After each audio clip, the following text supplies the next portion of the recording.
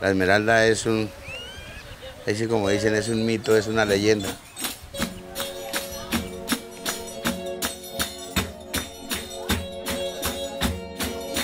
Mito algo de lo que ha sido la cuestión de la esmeralda, porque es que aquí esto ha sido siempre combatida. La esmeralda tiene su belleza indescribible. No encuentra uno con qué compararla, con qué esto, porque es algo majestuoso. Tener ganas y tener ilusiones.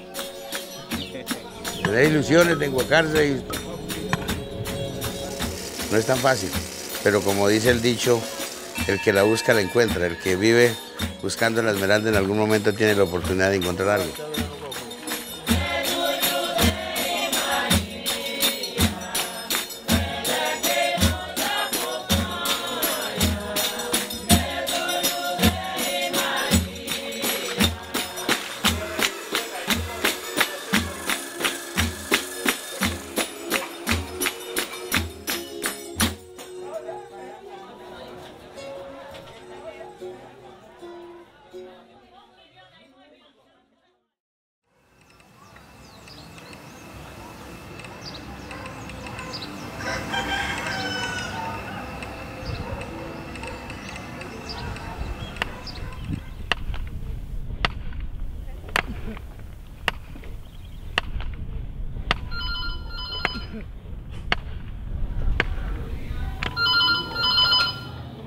Fala.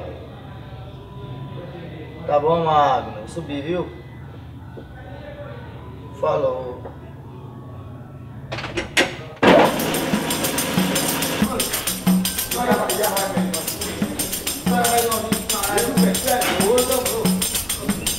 Vamos pro Japão, vamos pro Japão.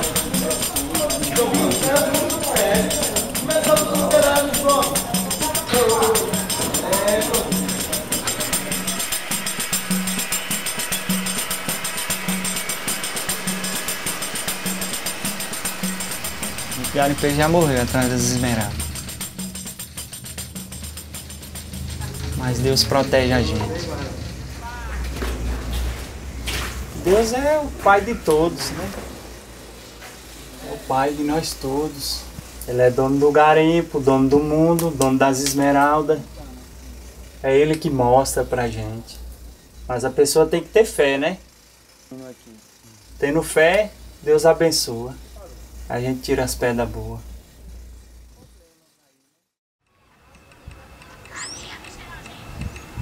A manjedoura da esmeralda chama-se Carnaíba. Mas em cima da terra foi catado a esmeralda como se cata a mesma coisa de pedra comum. Foi um dilúvio de pedra tão grande que ficou o pessoal sem saber vender. Arranjava as pedras, fazia litros, completava um litro para poder vender por litro, sem saber o que é que estava vendendo na época. E as melhores pedras de esmeralda eram aquelas que estavam ali, eles vendendo como uma coisa que nem uma pedra comum qualquer. Existia muita facilidade de dinheiro para todos os garimpeiros.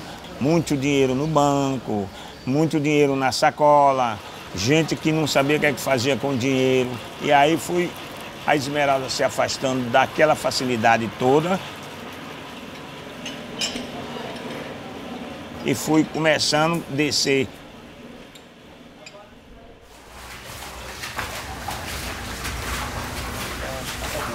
É cansativo, mas aqui é a única coisa que a gente sabe fazer, né? Trabalhar no garimpo. É um vício, com certeza. É isso mesmo. E tem muitos que ficam ricos, só que eu não quero ficar viciado não, eu quero sair. Nós ganhamos pouco, R$100 por semana. Quando está produzindo, vamos dar o material para a gente lavar, a gente faz a faixa de 1.000, 2.000, 3.000, depende, né? Da esmeralda que a gente achar. É muito bom, quando está produzindo você ganha muito dinheiro, mas a pessoa tem que investir com outras coisas. Puxa, a maioria do garimpeiro tudo usa cocaína. Por isso que o garimpeiro se acaba e se alisa. Não tem nada na vida, é só sofrendo no garimpo. Deus me livrou de tanta coisa nesse garimpo. De bebida, de droga, prostituição, essas coisas, sabe? Gostava muito da gandaia, muito da farra. Farreava muito. Por isso que eu gastei muito meu dinheiro. Garimpo é muito pesado demais. Muito cansativo. Vai passando o tempo, você vai ficando velho. Só em garimpo. Nada de você sair dessa. Estamos tentando essa vez. Estamos tentando para ver se a gente consegue. E vamos conseguir, se Deus quiser. Se eu conseguir, eu estou saindo.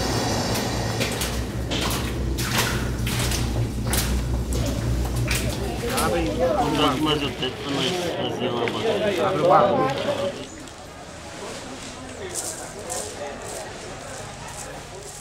Meu pai foi o homem mais que tirou esmeralda na Serra da Carnaíba. Lá ele falou que nem Deus acabava o dinheiro dele. Aconteceu que ele ficou pobre. Nós sofremos muito. A época mais que ele tinha dinheiro, foi a época mais que a gente sofreu. Assim, só estragando festa, farra, mulheres, bebidas. Entendeu? Mas valeu. Foi muito bom.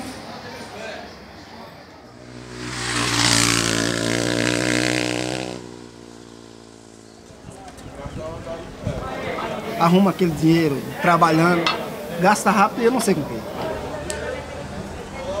Quase que toca fogo no dinheiro, porque eu nunca vi. E tem hora que esse povo aqui tão privado, cheio de dinheiro. Tem hora que eles ganham muito dinheiro, mas também para gastar um segundo. Gasta ligeiro demais, ó. Porque o garimpeiro tem esse negócio. O garimpeiro ele tá com 5 mil reais no bolso, mas ele não tem dó de gastar aqueles 5 mil. No outro dia tá ali, sem um centavo para o serviço trabalhar. Porque aqui é uma coisa que não é para toda a vida. Tem um tempo que aqui fraqueia, o pessoal vai embora todo mundo e que fica um deserto. Tá entendendo? E aí a maioria do povo, quem tem uma cabeça melhor, pega esse dinheiro que tem e investe lá fora, né? Agora outros não, outros investem aqui mesmo, na cachaça, na bagunça. No garimpo sempre eu tive melhoras, graças a Deus. Se gente hoje não tem é porque jogou fora, mas que teve muitos futuros para mim, teve, e para minha família, né? Arrumado nos garimpos. Eu cansei de entrar dentro do buraco, de eu ficar 8 dias debaixo do chão. Todo dia nós tirávamos 2, 3 latras desse tamanho, cheias de esmeralda. Era muito dinheiro. O dinheiro naquele tempo não era nada, era num saco. Do tempo velho. O tempo velho já passou, né?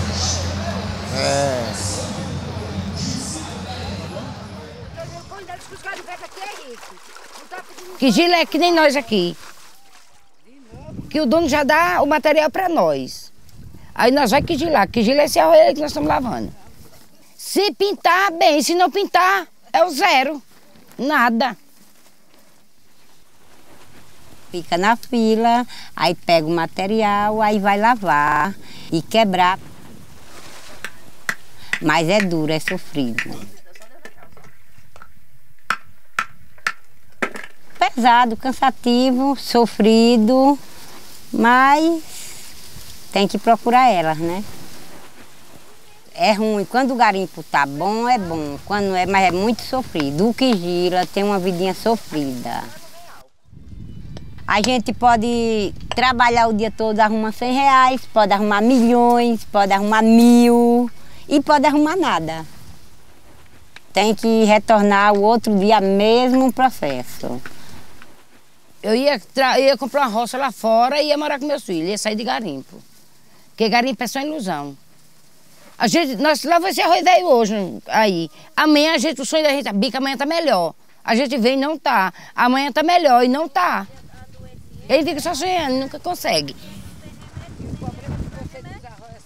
Essa semana mesmo, eu tava ali morrendo, uma colega minha, eu quis ir ler, ela veio 2 carrinhos de arroz e não fiz nada.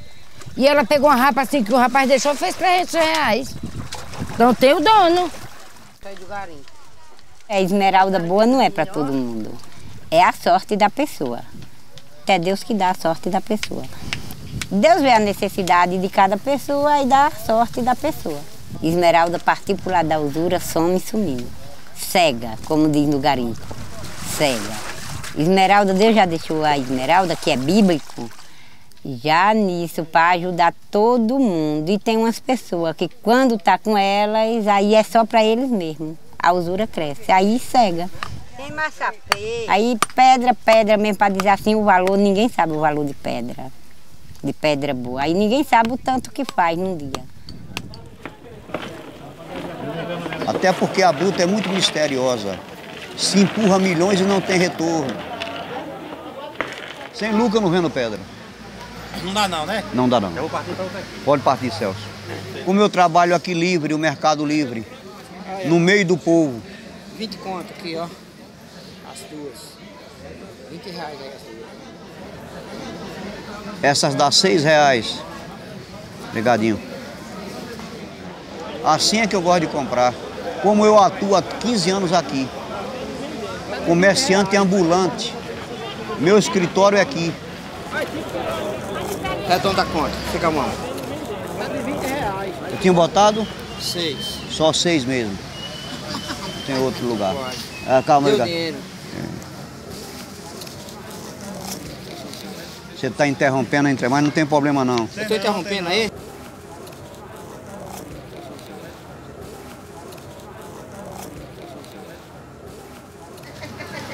Sim, continue. 20 mil garimpeiros mexem com bruto.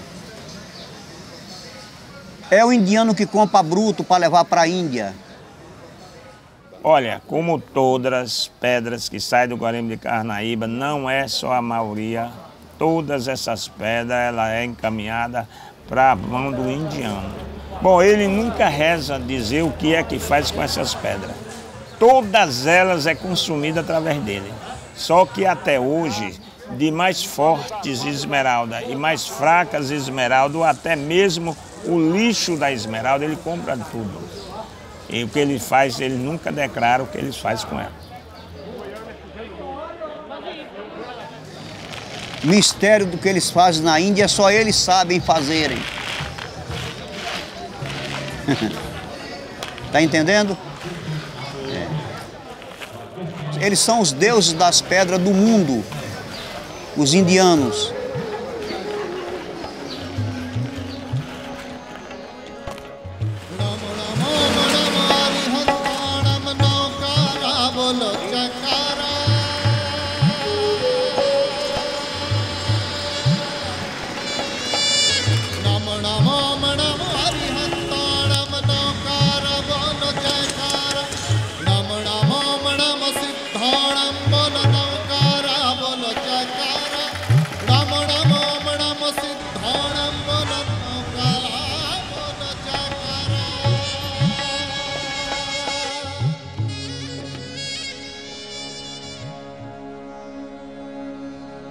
There is no such thing as an intrinsic value of an emerald.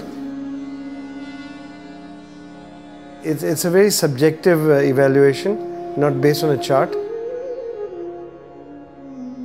You may feel an emerald is worth $5,000 a carat. I may feel it's worth $10,000 a carat. Someone else can sell it for $50,000 a carat. And I think that is what lends itself to the mystique and the charm of emeralds. Gem trade has been a high value trade since the beginning of time. The people who need jewelry, they are the affluent class.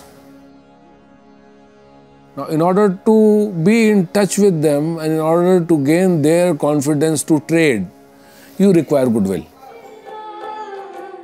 You cannot have it overnight. People test you,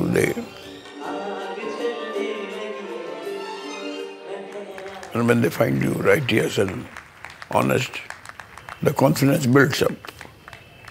And slowly, slowly you get to the point that people trust you blindly. And then they trust you with life, so you can get what you want.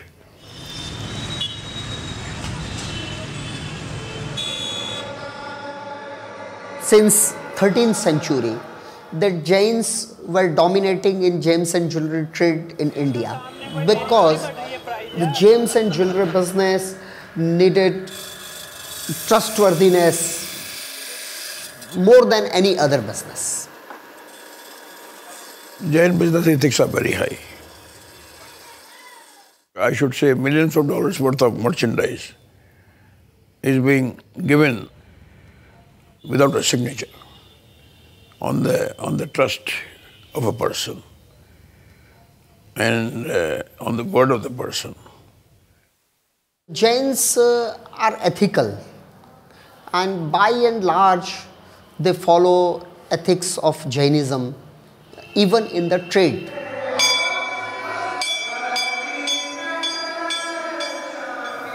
The criterion for good action is ahimsa, non-violence, and the criterion for bad action is violence.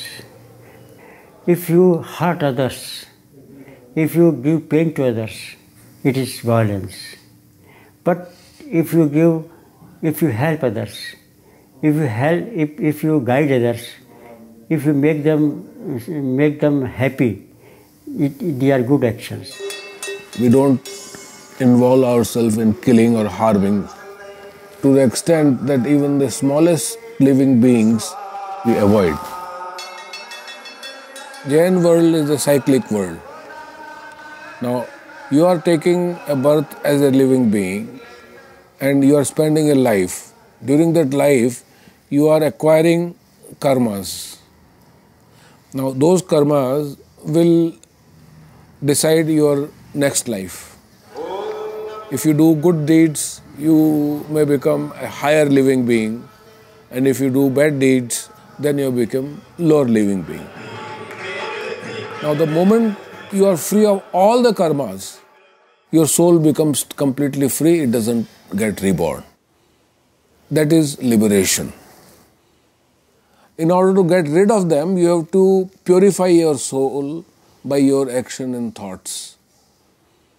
Vasagraham pasam pasam Vandami kam gadmukam Vishar visane nasam Mangal kalane avasam Vishar phulengumantam Kanthe dhare jo sayamanu Tas gehro gumari Duthu jara janti ubsam Chitho dure manto Tuj panamo vibahu phalo hoi Naritiri esu bhi jiva Pavanti na dukh dohagam Vishar phulengumantam Kanthe dhare jo sayamanu Tas gehro gumari Duthu jara janti ubsam Tu samate ladhe Chintamani kap paya vabbhe Pavanti avighenam Jivaya ramaram khavam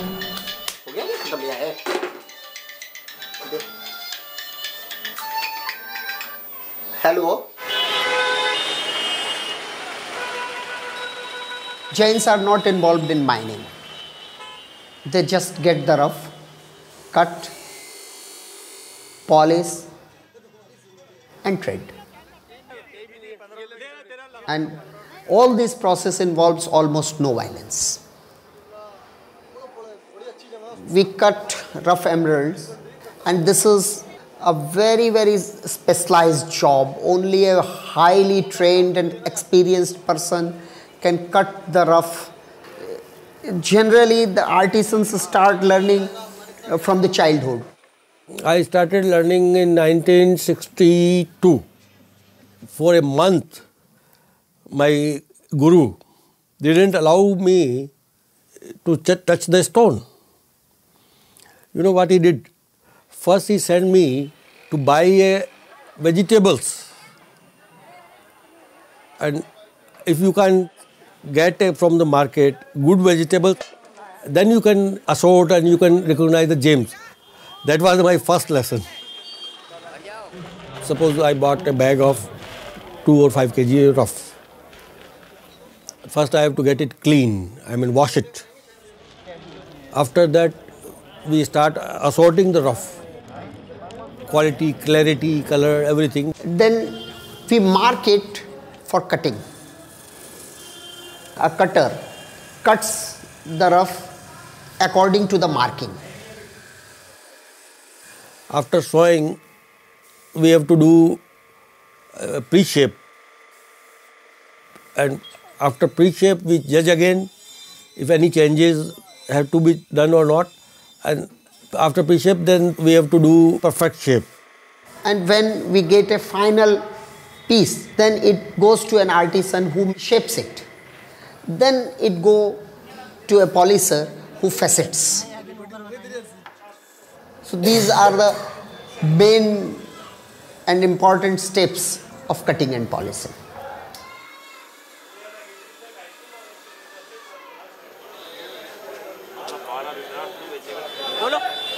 Jains know how to keep money, and keeping money for generations is more important than to earn money.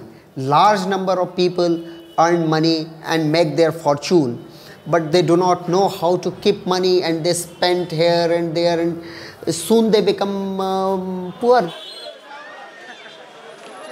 So the Jains were always traders. I think what evolved over the years was that as Jains achieved a modicum of success in the business, and as they started doing well in trade, they were always encouraged to give back to society. The Jains earn lot of money, they keep lot of money, but they spend lot in charity. Most of the charitable hospitals and educational institutes are run by Jain community. They give to needy, but they draw money from the wealthy person, and there is nothing wrong in it. I should sell to people who wear Gucci slippers in order to help people who wear nothing at all. I have to sell my $1 million sweets, but make sure that I help 1 million rural poor people.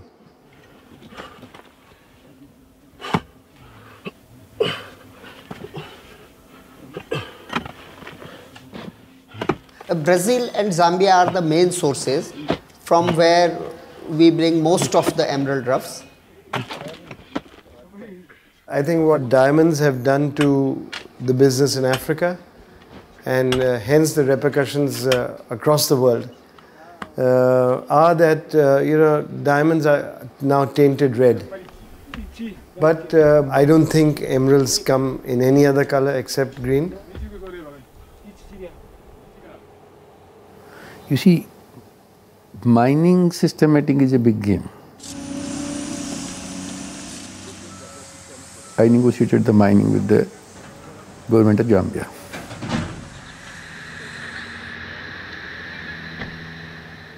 I started developing with my knowledge this mine.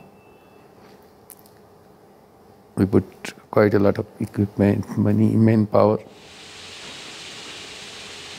protecting it from thieving and all that. 90% was used to stole. I started having my men buying at the pawn shop. What else can you do?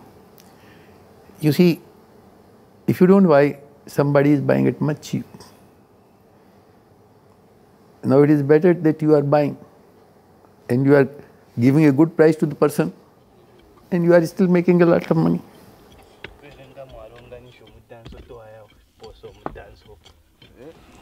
Even a thief has to put God first. They believe that precious stones are God given to them. You pick a very, very big stone here, and then about 10 security checkpoints. You pass through 10 security checkpoints with that stone. Definitely it was God given. You didn't steal. Zambia, it's true, has been announced to be the Christian nation. Most of the people in Zambia are going to churches, but as I see, they don't follow church doctrines. No, they just take their bodies to the church and stay there like Christians. That's a problem, because if they follow Bible teachings, in sometimes when they got money, if they think about God and His instructions, people can work well. Now when they got money, they forget about God's teachings. Here people in Zambia like too much pleasure. People too much like beer. Girls and something where they destroy the money. They used to get even the bottles of beer like this, start washing the car. Because he thinks that he's still going to get the emerald tomorrow.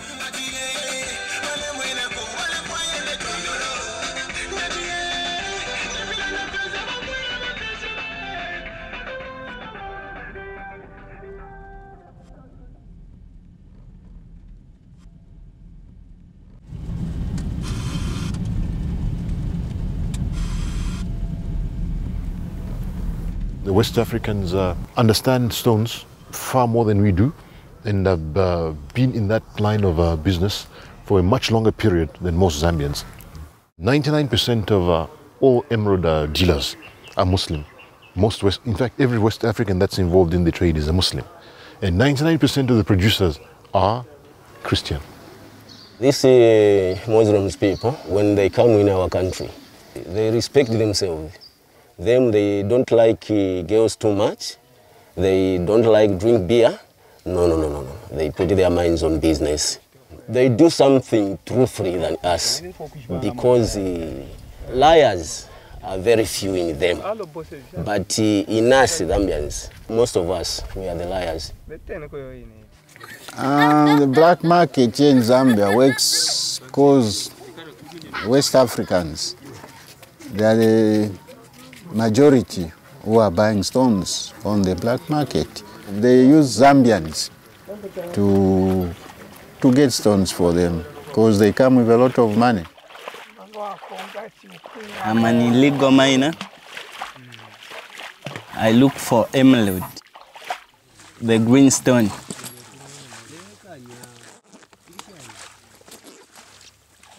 We are illegals.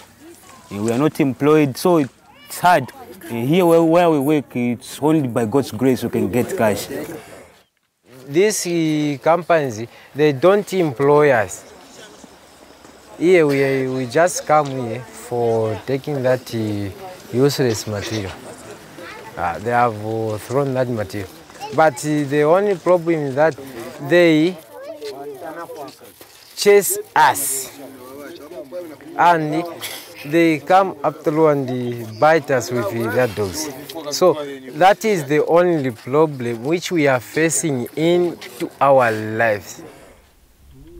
If you got money from emerald, if God has blessed us, we usually think of building a house for our family and ABCD, and we pay rents for we pay for our education and other things. All this is what we want in our lives. Most of the people, they consider that illegal mines, they have got no family, but that's blue lie. Yeah. We are family people. I'm here for looking for some emerald. It's just for helping me in my future, so that I can get a better way to live. Yeah. If I have a stone, I go, I sell. Maybe I can change my future. For myself, my dream was to become a journalist. If not a journalist, an accountant. If not an accountant, that's 3 mechanics. I'm pushing myself forward. I'm looking for money. Maybe today I can have it, you don't know. Maybe I'll have it tomorrow.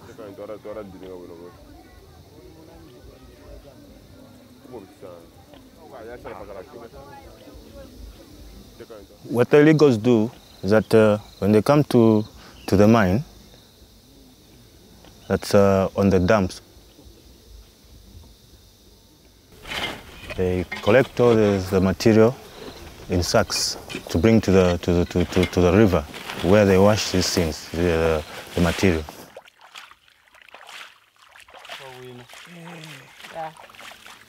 Now, after washing, if they don't find anything, they simply go back to get the material again.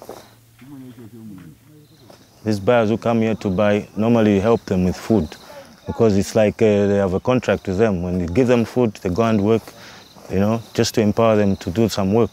And then when they come back, they sell to them. That's what happens. So basically, the chain is as follows. The emerald comes out of the ground. It finds its way to the first line of traders.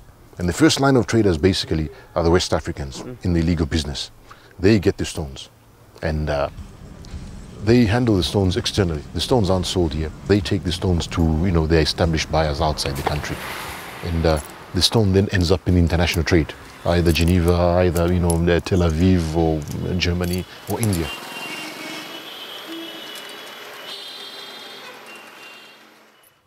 Zambians aren't into jewelry. Generally, we're not jewelry people, you know, rings, that kind of stuff. And, you know, to us, the emerald is only as good as it's worth in terms of money, what someone is willing to pay for it. So basically, most guys who do mining don't know the full value, the full sales value of what they have. When a guy, an illegal miner, picks up a stone, the value he's going to get from it from the West African is nowhere near its true value. He's just going to get his perceived value, what he thinks he can get out of it, what's important to him. The point of trade or transaction will be what makes him happy. And usually what makes him happy, it will make the other guy smile. Because it's, you know, it's for the other guy, it's basically, it's almost nothing. The trader who ends up with the stone outside our borders, those are the guys who get the maximum benefit out of the stones. The minimum benefit accrues to the miner.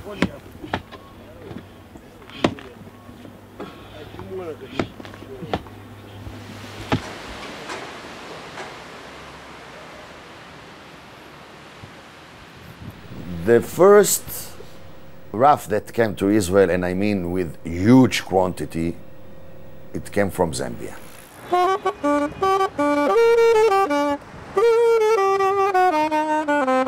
You walk into the office and you find 5, 6, 10 African Senegalese. They show us a lot of stones, and we had to sit and sort, figure out how much we would like to pay for this. We always ask them, how much do you want? And they always told us something between 5 to 10 times of what we thought it was worth. And then we start negotiation. We never had one problem with any Muslim dealer. One problem. They trust us 100%. This trade of gemstones, not like any other trade in the world, is it depends on word, on trust. In this business, I'll be honest with you, is 2 things running a lot. The honesty and trust. When you have these 2, you don't have to have money. This is your capital, your name, your honesty. If you give your word, it has to be solid. If you would tell a Senegalese, okay, I'll give you $100,000, and then you regret, and you say, no, I'm sorry, I take my word back, he can kill you. Millions of dollars came from one side to the other side only with 2 words, mazal and bracha. No note, no contract, nothing. Mazal and bracha, luck and bless. There's a place for a lot of illusions, a lot of successes, and a lot of disappointments. There are no real criteria for evaluating a stone. Nobody really knows the difference between 2 and 2,500 per carat. 2.5 or 3.5.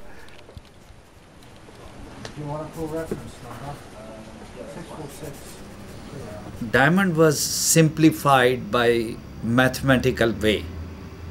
Color, clarity, they made the Rappaport chart. Any layman can understand without understanding. But emerald, there is no such thing.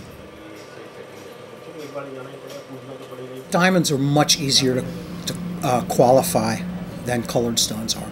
If you have a half a dozen high-quality diamonds on the table and say, pick one, and you can go home with it, everyone will pick the same stone. With emeralds, it's different. Well, diamonds, there's so many of them that they can actually classify them. One single diamond mine can produce $20 billion a year. So the magnitude is so different, so wild, that it's unimaginable. In emerald, we can't find two emeralds the same. Even if we have an emerald in the rough, let's say it's this long and we cut it in half, each one of these two stones are going to be totally different. It's a difficult stone to evaluate on rough. The rough is very, very difficult, and if you don't understand emerald well, you will not know how to cut it. When you cut a stone like emerald, which is a mystery inside, you never really know what comes out. The problem with the gemstones, the precious stones, is the inclusions. The emerald is like jungle inside. There is no gemstone which is very clear, like a glass. When you find something like this, the price, it's on the sky. Well, a rough stone is a stone that is crudded up on the outside, which means that you can't see everything inside of it. So it's kind of a gamble. You're looking at a stone, and what you'll do is you'll look at it up to the light and have the light shine behind it into your eyes so you can try to see into it. So you're kind of trying to visualize what's in this mysterious ball of green material, and you may be right or you may be wrong. Batallaron una piedra y a veces se ve fea, pero cuando empiezan a tallarla empieza a verse hermosa, o a veces se ve hermosa y se vuelve fea. Cuando tú tallas, tú juegas a la ruleta rusa, ¿no? No sabes qué puedes sacar. Haces una aproximación, pero no sabes en realidad qué puedes sacar. Es una cosa de locos a veces. We love emeralds, we love gemstones, we deal with the gemstones like it's one of the family. I take a rough, it looks like almost nothing. When I finish, I'm dancing. I take the stone from window to light, from window to light, I'm dancing.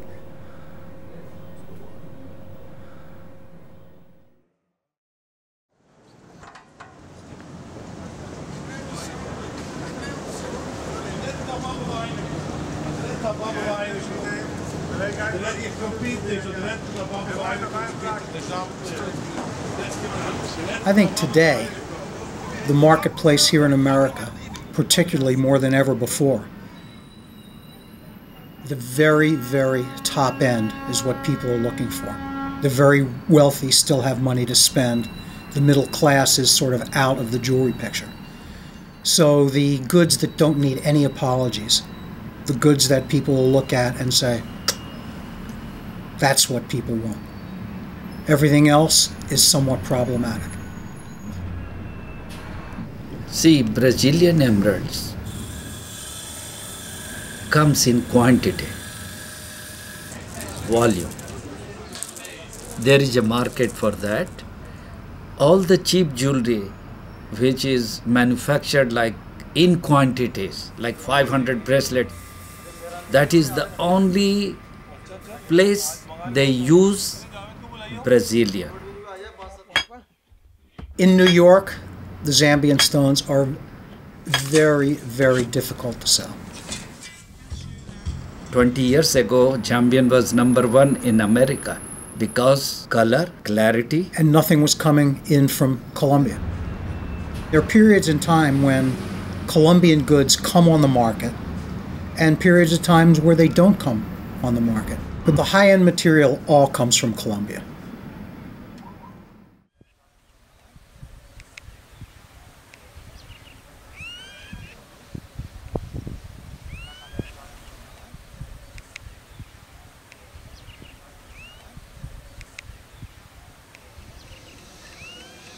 La esmeralda es como dicen, es un mito, es una leyenda.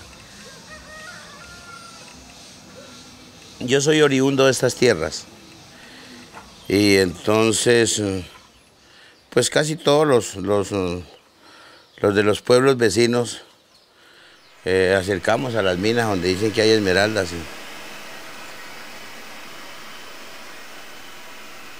Nos convertimos en esmeralderos. Porque no sabemos hacer sino ese oficio, abrirle huecos a la peña. No es tan fácil, pero como dice el dicho, el que la busca la encuentra, el que vive buscando la esmeralda en algún momento tiene la oportunidad de encontrar algo. Aquí el 90% de la población es rural, entonces ellos viven muy cohibidos, o sea, muy escasos.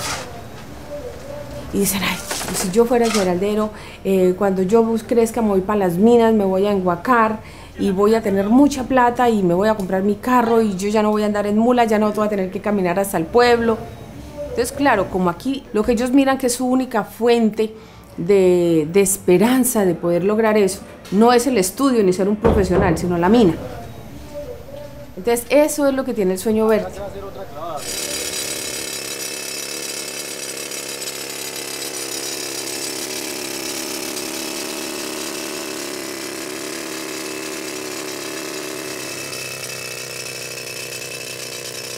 La fiebre verde es la fiebre de la esmeralda, que todos tenemos casi en el pensamiento es de enguacarnos, sacar esmeralda no más.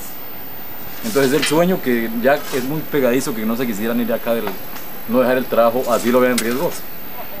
Acá se lleva toda hora el riesgo, desde que ingresa uno de la boca túnel hacia adentro, con el sueño de enguacarse o de pronto que una piedra lo puede dejar accidentado, porque ha pasado con algunos compañeros. Entonces siempre se vive con ese... De la noche a la mañana le cambia la vida. Cambia la vida, uno puede hoy estar pobre, mañana estar rico. Entonces, está muerto. Vale la aventura. O si está de malas también, se muere.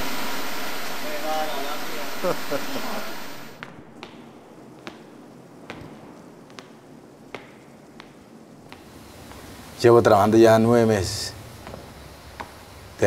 Afortunadamente no nos ha pasado nada, gracias a Dios, pero no hemos tenido la suerte de conseguir una esmeralda.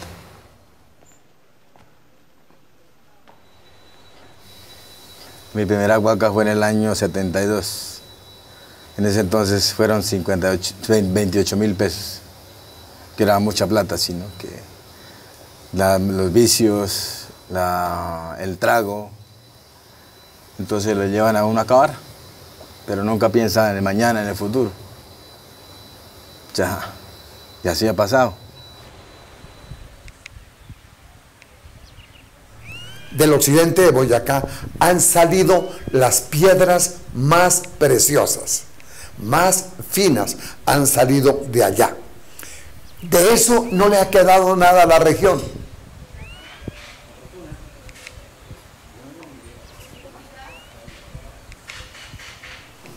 El esmeraldero rico, que nunca había tenido plata, pues tenía unas ilusiones, tener un buen carro. Era un Jeep comprado en un Nissan o un Toyota. Segundo, tomar trago. Se emborrachaba, tomaban trago. Y tercero, mujeres. Entonces tenían varias mujeres. Esto fue una gran tragedia para el país, fue una gran dificultad. Pero había un cuarto lugar, que eran las armas. Y nosotros somos una población que quizá ayer, hace 20 años o 23 años, tuvimos una guerra, una violencia.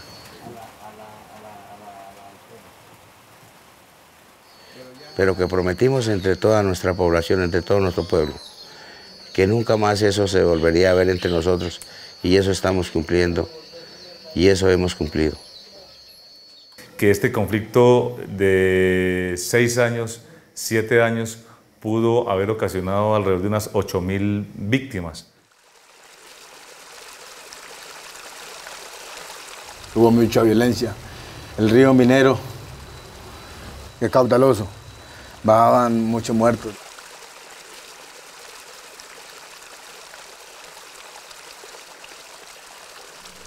A mí me acercaron muchas veces mineros que me llevaban en la mano los 6 tiros o 10 tiros o 15 tiros de la pistola para que yo los bendijera y que no fueran a perder ningún tiro. Yo vi pistolas que están allá con la imagen de la Virgen aquí, aquí.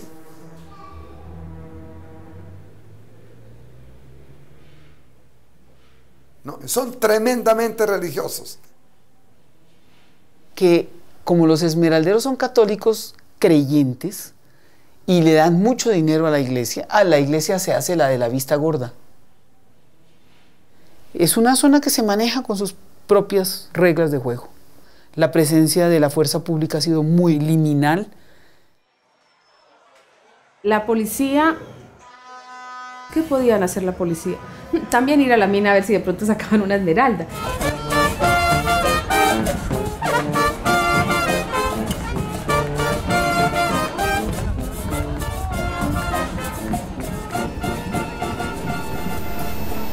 Es como un rincón muy apartado del Estado. Entonces, al no haber escuelas ni colegios,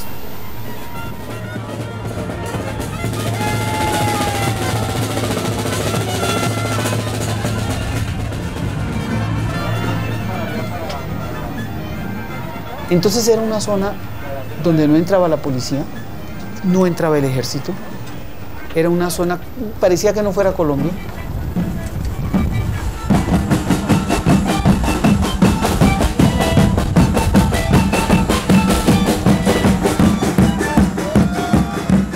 En un principio al gobierno no le importó la guerra de las esmeraldas, porque nosotros no rompíamos puentes, no secuestrábamos, no acabamos con las calles, los edificios, no.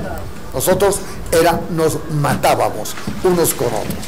Entonces el Estado vio que allá en Boyacá se estaban matando por unas piedras, no les interesaba.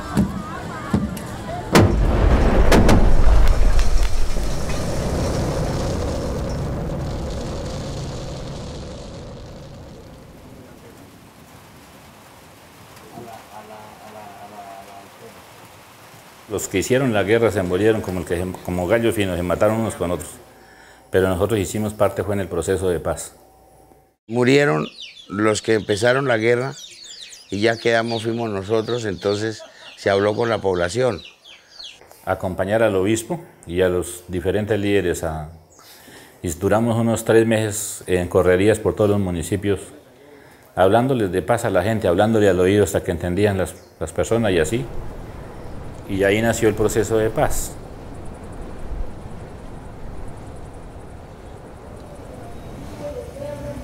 Ese proceso de paz lo pagó la comunidad, lo pagó con sus muertos, lo pagó con sus desplazamientos, lo pagó con sus alegrías y sus tristezas que han vivido acá. Si la iglesia no hubiera estado y no hubiera intervenido, aquí nunca hubiera habido paz, porque el Estado nunca entra.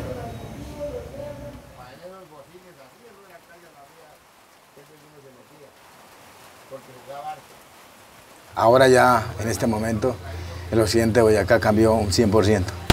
Ya la violencia pasó, ya todos somos hermanos, todos somos amigos, y estamos agrupados a ver si se puede trabajar.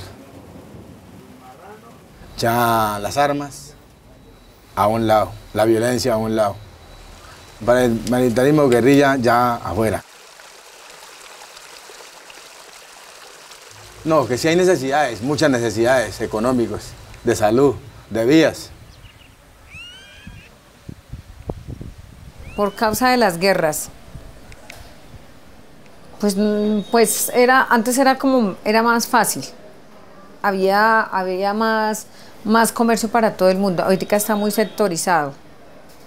Se diría como monopolizado por pocos, que son los que rematan, y ya afuera para el pequeño comerciante no hay mucho.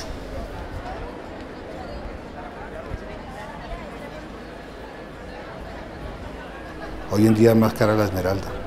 Hoy en día unos pocos están ganando mucho. En esa época unos muchos ganaban poquito. Tenemos que pasar por el hambre de mucha gente. Yo dejé de viajar a las minas más o menos 8 años, 10 años. Pero la gente que viaja a las minas me trae unas historias de mucha tristeza, de mucha hambre, de mucha pobreza. Y no vienen buscando millones, no vienen buscando enriquecerse, vienen buscando un sustento.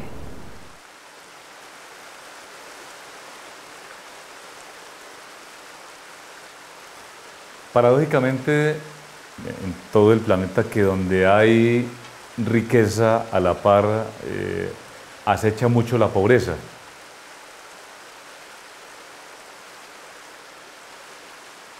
Lástima que esa riqueza que generan las esmeraldas no genere riqueza en Colombia. Esa riqueza que generan las esmeraldas queda en unas cuantas manos y no le queda a los colombianos. Aquí en la región no tenemos nada más sino la minería. Aquí no hay otra empresa que dé empleo, aquí solamente tenemos la minería. Hay madres solteras, hay mujeres que viven solamente de la guaquería. Y ahorita la guaquería no sirve para nada, la tierra no pinta nada, nada, nada. Es una tierra que no pinta un cisco. Nosotros los colombianos estamos llevando lo que se llama nada, nada, nada. Todo se está yendo para el extranjero. Nosotros estamos muy mal en la región. Tras de un recoge hallar si nos dejan pasar una esmeralda o algo así. Ya no nos dejan pasar una esmeralda grande. Es porque si es la voluntad de Dios nos dejan pasar una grande y si no. Es solamente de Dios depende mi bendición, ¿sí? Porque allá todo el mundo adentro manda de que esta tierra toca lavarla y si se puede pasar algo es por la voluntad de Dios. De que de pronto en la lava de la tierra quede una esmeralda debajo de una piedrita y ahí se le pasa a usted. Y si no, paila, no. Yo he visto gente que ha trabajado en un corte y 4 años no han sacado una piedra. Y llega otra persona y con una sola tiroteada sacan la producción. Entonces, esto de la esmeralda tiene algo también mágico. Las piedras tienen su propio destino y hay que dejarlas que ellas lleguen allá.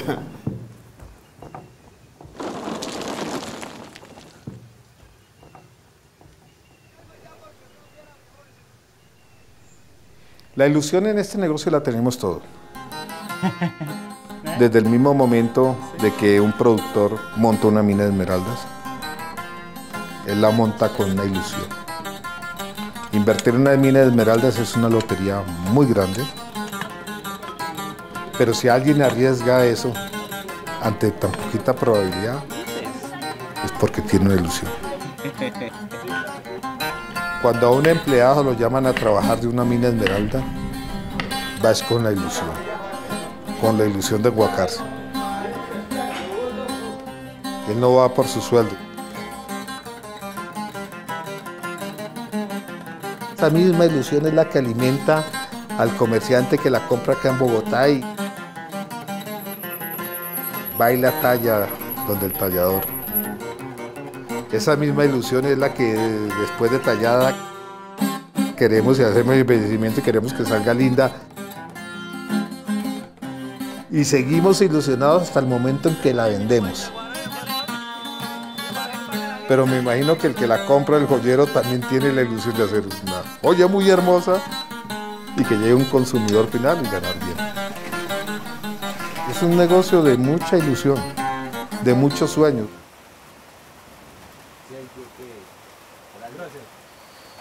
Que estamos en el sitio donde salen las mejores esmeraldas del mundo. De La Paz,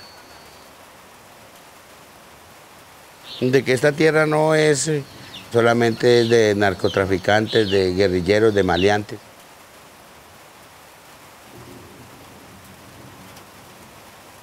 Sino que no, esta tierra es hoy en día un paraíso de paz y que aquí se vive de lo más sabroso que pueda vivir en el mundo.